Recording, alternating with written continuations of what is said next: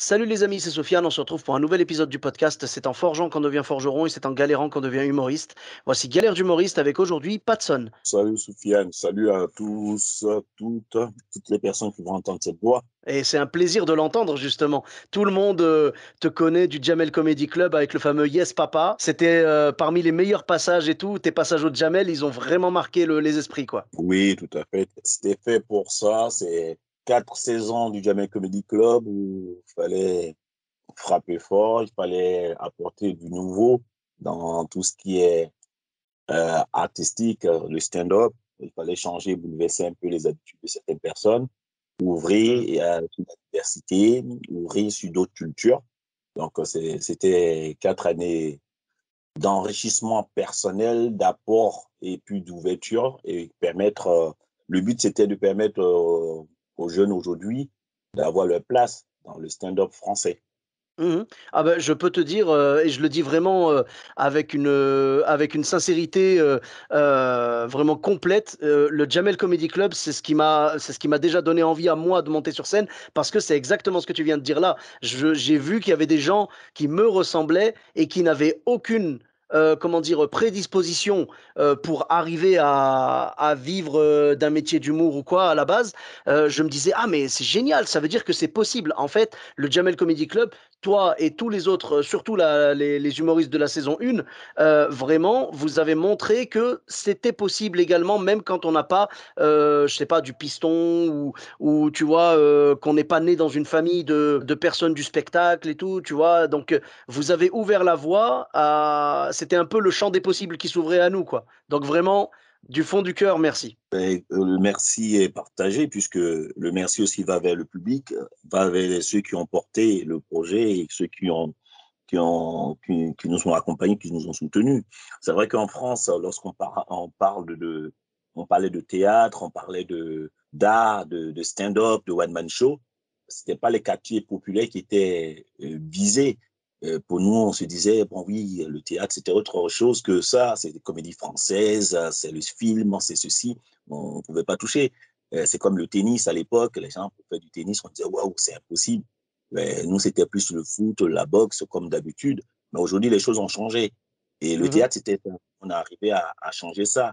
C'est vrai que dans tout ce qui est one-man show, c'était les inconnus, Smaïn, les premiers qui ont tutoyé un peu ce côté-là, qui ont apporté du sang neuf. Et après, nous, on est venu, on a vraiment bouleversé, on a ouvert cette grande porte qui fait qu'aujourd'hui, des artistes, on peut même plus les compter. Avant, on les comptait sur les doigts d'une main. Aujourd'hui, ben, je ne sais pas, il y a tellement d'artistes, il y a plus d'artistes que de public. Voilà, si on peut dire ça.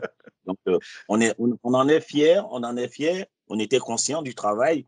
Et moi, pour moi, on ne dit pas pour moi personnellement, mais je vais faire une tautologie, une répétition.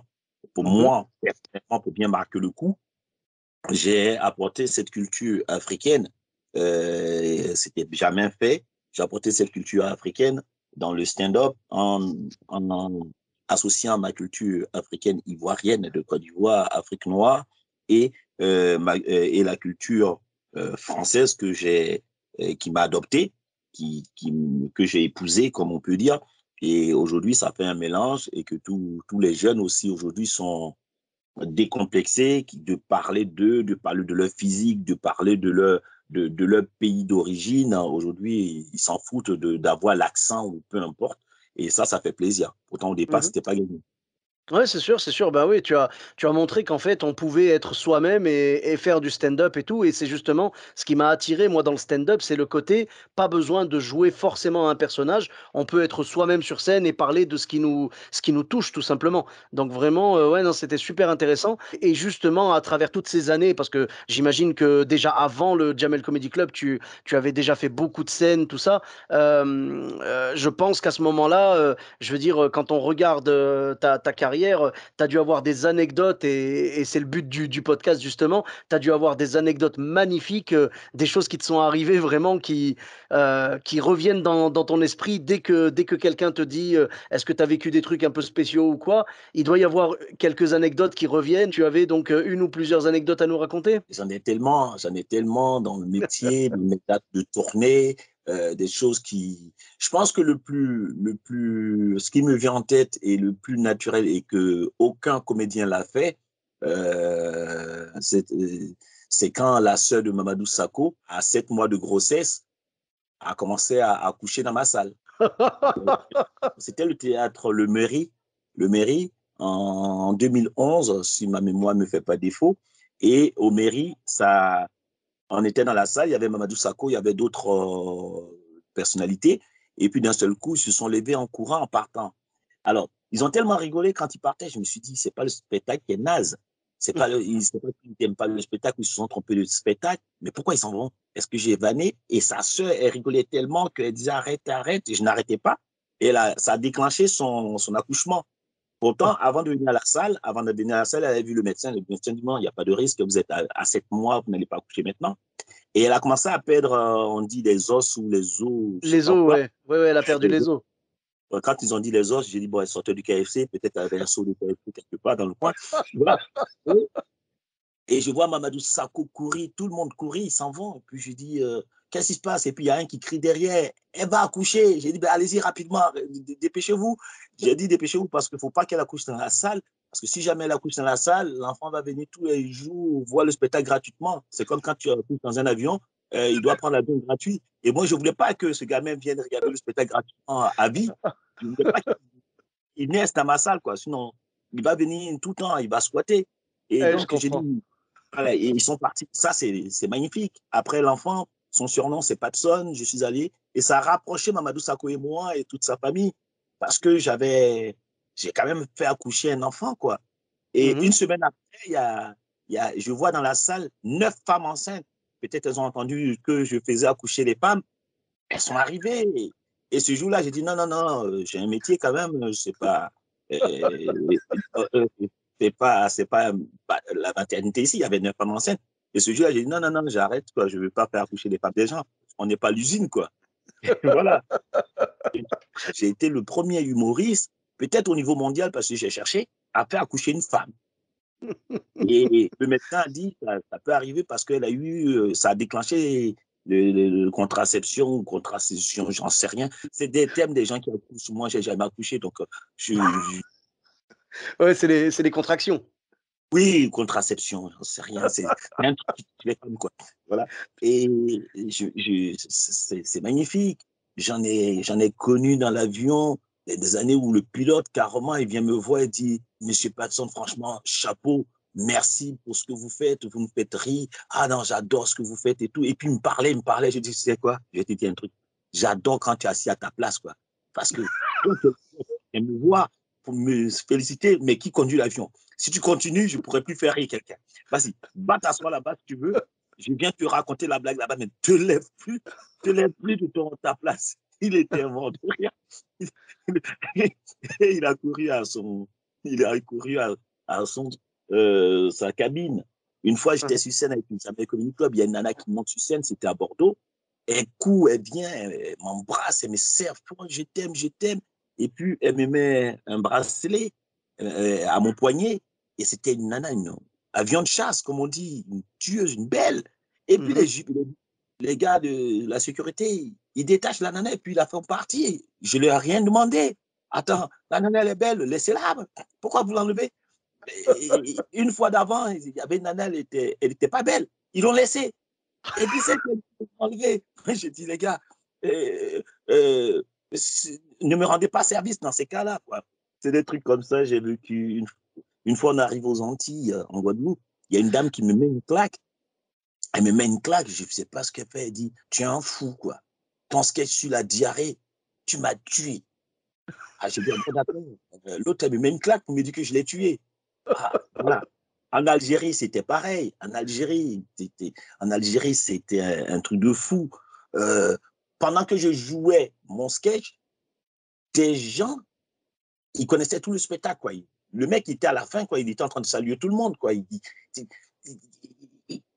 à la fin, il vient me voir, il pleure.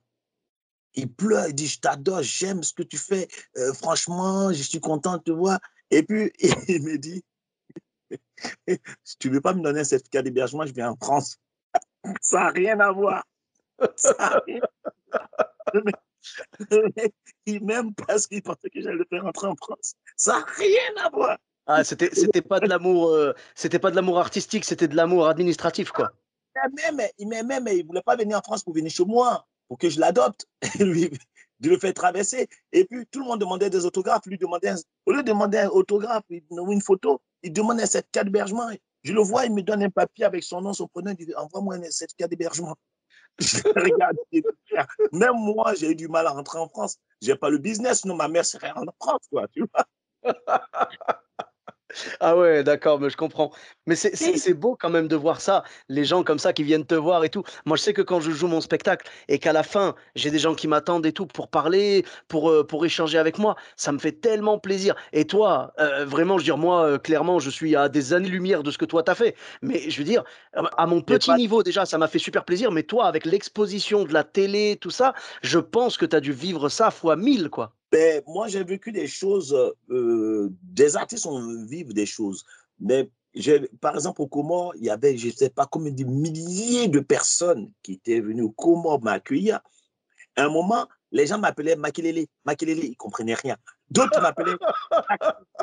Au Mali, par exemple, le mec, on ne dit pas de son, il dit klaxon, klaxon, parce qu'il n'arrivait pas à prononcer pas de son. J'ai vécu, j'étais mort de rire.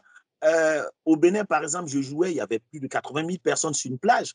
Les gens étaient tellement contents de me voir. D'autres ne parlaient pas français, mais comme je jouais en français, ils m'insultaient. Ils sont venus, ils m'insultent et ils ne comprenaient pas. Mais quand je commence à chanter, à faire des trucs, là, ils sont contents. Dès que je commence à parler posé, ils m'insultent. Ouais, j'ai tellement vécu des. Une fois, je rentre dans un magasin, je viens acheter un truc, le mec, il me donne tout. Plus Ah de ouais. 2000 euros de trucs, il dit partez. Ce métier m'a tellement apporté. Je suis allé manger chez les gens. Souvent, quand on parle de N'Golo Kanté, c'est qui ressent ce qui fait la simplicité de N'Golo Kanté. Je suis admiratif de ce monsieur. Je dis monsieur, je suis plus âgé que lui, mais je dis monsieur parce que c'est un monsieur. Et d'accepter d'aller chez les gens, aller manger, ils m'invitent à manger à leur table. Une fois, il y a eu un accident sur la route, sur l'autoroute entre Bordeaux et Mont-de-Marsan. Tout le monde passe, il filme. Moi, je m'arrête pour apporter assistance. Et la famille qui était en danger, je m'arrête, je peux vous aider. Ils me regardent, ils ont oublié qu'ils ont fait un accident. Et puis, maman, c'est l'humoriste, Patson. Je dis, mais les gars, je viens les aider. Et puis, regardez comme ça, les pompiers viennent. Ils étaient sur moi. On les accompagne aux urgences. Je les prends dans ma voiture, je vais les déposer. Mais ils n'en croyaient pas. Ils ne savaient pas. Ils pensaient. Ils se disent, mais ils n'en croyaient pas leurs yeux, quoi. Oui, mais Patson. Et c'est énorme. C'est énorme. J'ai vécu des. Un jour, ça, c'était fort. C'était une nana sur les champs qui demandait de l'argent à une Rome, qui demandait une pièce. Et puis, on était à la FNAC avec Mokobé, on avait fait le son, c'est dans la joie. Et on sort, et la nana, elle vient demander des pièces. Donne-moi l'argent, donne-moi l'argent. Et puis, elle me voit, au moment où elle me tend la main, elle me dit, donne-moi l'argent, donne-moi l'argent. Elle me voit, et puis elle fait, aïe, aïe, aïe, elle s'est mise à chanter le morceau. Yes, papa, j'ai des jambes. La nana, elle connaissait mes sketchs. Et quand elle a dit ça, j'étais obligé de donner un billet. Merde, ça m'a fait mal, quoi. Je sais comment elle m'a connu. Donc, du coup, j'étais obligé de donner l'argent, mais c'était drôle à la fois. Elle vient me donner l'argent, elle me reconnaît et je lui donne. Dans ce métier, ça nous a poussé, ça m'a mené à des choses et que tu es obligé d'aimer les gens parce que c'est les gens qui te font. Une fois, c'était un VTC. J'en ai tellement d'années. À mon avis, ton reportage, c'est un DVD, tu dois sortir, quoi, parce que j'ai tellement de choses à dire. Une fois, il y a un gars Mais à la gare du Nord, et il roule mal, un VTC, il roule mal. Et moi, j'aime pas quand quelqu'un se comporte mal. C'était très tôt le matin, je vais pas dire son nom, mais il grille le feu, quoi, en gros. Et puis, il passe devant moi, il roule comme un fou. Bon, moi, j'aime la vitesse, mais je roule prudemment. Et à un moment, je le corse et je m'arrête au feu. Et je baisse la vitre pour l'engueuler, quoi. Dès qu'il voit ma tête, yes, papa, Patson, je te kiffe. Le mec, tu peux plus l'engueuler. Qu'est-ce que tu veux de... Non, je t'ai... Donc, j'ai dit, frérot, fais gaffe, tu vois, il est 6 h du matin, tu grilles le feu, tu as fini... Il dit, j'ai fini de travailler. J'ai dit, ouais, mais t'as pas mis ta temps. Faut pas qu'on leur donne la mauvaise nouvelle. Il a dit, ouais, tu as raison, frérot, tu as raison. Voilà, c'est ça, Patson, c'est ça. Eh ben, c'est bien, c'est exactement ça. Oui, ce personnage que tu as créé au final, même si bien évidemment c'est puisé dans ta vie à toi et dans ton histoire, dans ton vécu, c'est beau parce que tu donnes. Ouais, enfin, franchement, je veux dire, je connais personne qui va me dire, moi, les sketchs de Patson, franchement, ça m'a, enfin, genre, ça m'a laissé froid, quoi. Tu vois, genre, il y a vraiment ça, tu vois, c'était très rythmé. Moi, j'aimais beaucoup tes entrées en dansant, tout ça, et on le voit encore quand on regarde les vidéos aujourd'hui du Jamel Comedy Club. Dès que tu arrives, on voit que tout le monde est super content parce qu'ils se mettent à danser, à bouger. Tu vois des gars dans le public qui se lèvent, tu vois, voilà. Par rapport à ton anecdote, tu vois, du VTC qui t'a reconnu et qui après, tu peux plus l'engueuler. J'ai vécu un truc, alors moi, c'est pas du tout, j'ai pas du tout le même niveau, mais j'ai vécu un truc à mon petit niveau qui est exactement pareil. Un niveau, c'est un niveau. Il n'y a pas petit niveau, grand niveau. Parce que le petit niveau chez quelqu'un, c'est un grand niveau chez quelqu'un d'autre. Donc, ton D'accord. niveau est un niveau, tu vois. Eh ben, je te remercie, ça me va droit au cœur. En tout cas, donc, moi, ce qui m'est arrivé, donc, moi, je suis à Bordeaux et tout, je suis chauffeur de bus et je roule comme ça à Villeneuve-d'Ornon exactement. Il y a le McDonald's là-bas et il y a le rond-point. Et je vois un mec, donc moi j'arrive avec le bus comme ça, je vais pour passer et il y a un mec qui s'est garé avec son Scénic. Il s'est garé à la sortie du rond-point et il y avait le McDrive juste à côté. Et moi, dans ma tête, je dis, attends, il s'est pas arrêté là pour aller chercher de la bouffe au McDo quand même. Et je m'arrête à côté de lui avec mon bus et j'ouvre la porte et je vais pour l'engueuler normalement. Et le gars, il me reconnaît, il me fait ah, Sofiane, parce qu'en fait, on présente des scènes ouvertes ici à Bordeaux. On a une scène ouverte qui s'appelle le Gavé Style. Et du coup, le mec, il m'a reconnu. J'allais lui dire oh, tu peux bouger ta caisse là, c'est pas un endroit pour se garer. Et en fait, avant que je parle, heureusement que le mec a parlé avant moi. Parce qu'il m'a dit salut Sofiane. Il me dit je suis en panne en fait, je me suis garé là, désolé et tout. Et après, je dis ah, ok, pas de problème, bonne soirée. Tu vois, je sais pas. Ah, il a coupé l'élan. C'est pour ça qu'il faut pas être, quand on fait ce métier ou quand on fait d'autres métiers ou dans la vie, faut être tolérant. Je ne dis pas que je m'énerve pas. Il faut être tolérant parce qu'on ne sait pas ce qui entend. Il faut avoir de la patience, il faut écouter, il faut expliquer, il faut parler aux gens. Et puis, ça peut être dramatique parce que je me rappelle dans le 19e arrondissement de Paris, un jour, il y a un mec qui me fait un truc. Et je m'arrête, le mec, il descend, il veut qu'on se tape dessus. Et puis d'un seul coup, il y a des gamins du 19e qui me reconnaissent, des jeunes qui passaient, et puis disent ah yes, papa, Patson, tu es en danger, quoi. Tu veux un coup de main? Et ils viennent, commencent à embrouiller le gars. S'il te plaît, j'ai protégé le gars. Je dis monte dans ta voiture, va-t'en, parce que si tu essaies de te battre avec moi, les jeunes vont te défoncer et je vais avoir des problèmes. Donc, comme je suis connu, s'il te plaît, je suis connu parce que les gamins, ils me kiffent tellement qu'ils vont te faire du mal. Et le mec dit, ah bon, tu passes à la télé. Le mec qui voulait se battre, il change de ton. Ah bon, tu passes à la télé. J'ai dit, je passe pas souvent à la télé, mais tous les jeunes là me connaissent. S'ils savent que tu es en train de m'embrouiller ou on est en train de s'embrouiller, ils vont se mettre à plusieurs à te défoncer. Et j'ai pas envie d'aller au commissariat pour dire bagarre en réunion ou quoi que ce soit. Donc, monte dans ta voiture. Et ils ont dit, pas ça, c'est l'embrouille. J'ai dit, non, c'est un cousin, on était en train de saluer, on se chamaille. Et puis le mec, en partant, il m'a dit, merci beaucoup, il est parti. Voilà, il y a des choses comme ça. Une fois, c'était la police, c'était la douane. Il m'arrête et puis il voit mes DVD dans le coffre. Il dit, mais tous ces DVD-là, vous avez une facture? C'était autoroute A6, sortie de péage. Il dit, vous avez une facture? J'ai dit, non. Il dit, mais vous transportez des trucs, vous n'avez pas de facture, contrôle, papier, tout ça. Et puis, il y a un qui vient, il regarde les DVD. Il dit, mais en plus, c'est les DVD de Patson, ça. Et pourquoi vous avez tout ça dans sa voiture? Et il me regarde et puis d'un seul coup, il dit, mais c'est lui! Et puis son chef ne comprenait pas. Il dit, oui, yes, celui qui fait le truc là, yes, papa, ah, il est bon. Ah, c'est Jamel Comedy Club et tout. Le gars dit, ah bon, il est connu. Il dit, oui, il est connu. Oh, on peut faire une photo, ma femme te kiffe. Déjà, quand il dit ça, et puis à un moment, les gens qui passaient à l'autoroute, ils voient des douaniers qui font une photo avec un noir. Ils n'ont rien compris, quoi. Après, il me laisse partir. Ils étaient contents. Une fois, c'était aussi des gendarmes d'autoroute. Ils me voient, je bourrais un peu. Bouh, bouh, bouh. Et je tirais. Il vient à mon niveau. Et puis, je baisse la vitre. Je fais comme s'il ne m'avait pas. Je ne comprenais pas. Et puis, il baisse la vitre. Il m'a reconnu. Il m'a dit, hey, Patson. Même si on fait des yes papa, jeu de jambes, tes jambes sont lourdes, allez, va doucement. Et puis, bon, c'est comme ça, des anecdotes, il y en a plein. Sur scène, mes débuts, je ne connaissais pas mes sketchs. J'avais ma première scène où le monsieur m'a donné le temps de jeu, je ne connaissais pas mes sketchs. Et le mec, je suis venu, j'écrivais derrière, je venais raconter la blague, je partais, je racontais la blague. Il a kiffé, m'a programmé vendredi, samedi. J'ai dit, mais qu'est-ce que je vais raconter? Et c'est comme ça, il m'a donné ma chance. Donc, tout cela, c'est des anecdotes. Et puis, ça me fait penser à toutes ces personnes qui, sur le chemin, m'ont aidé, qui m'ont fait grandir, qui ont fait de moi ce que je suis aujourd'hui. Et aujourd'hui, j'ai un nouveau spectacle qui va arriver après le Covid qui s'appelle Tonton Flingueur, où j'allume tout le monde. Moi, je ne fais pas de différence. Je suis pour le métissage culturel, physique, peu importe. Et je suis pour le métissage des papiers, de la carte de séjour, tu deviens français.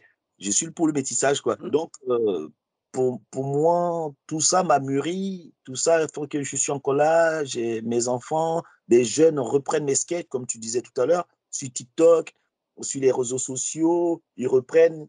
J'ai fait 3 films. Et encore des 3 films, j'ai été invité dans 3 films, ce ne sont pas mes films, où je me suis bien comporté. Les gens reprennent mes répliques. J'en suis fier, je suis content. Et voilà, quoi. C'est le bon Dieu qui a décidé, le travail, et puis l'entourage, quoi.